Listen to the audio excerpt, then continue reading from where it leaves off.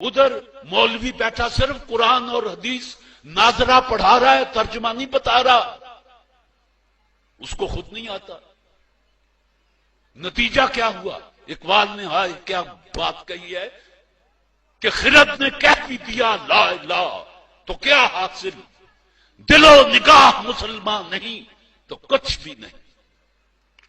یہ زبان سے لا الہ کہہ دینا، اقبال کہتا ہے کچھ نہیں، دل و نگاہ مسلمان نہیں تو کچھ بھی نہیں۔ تو جن کو پتہ ہی نہیں وہ کیا پڑھ رہے ہیں، تو اس سے زیادہ قرآن کی بے حرمتی آپ اور کیا کر سکتے ہیں کہ 5 وقت پڑھتے ہیں، کوئی پوچھے کیا پڑھ کے آیا ہے، آپ کہیں کہ یار قرآن پڑھ کے آیا ہوں۔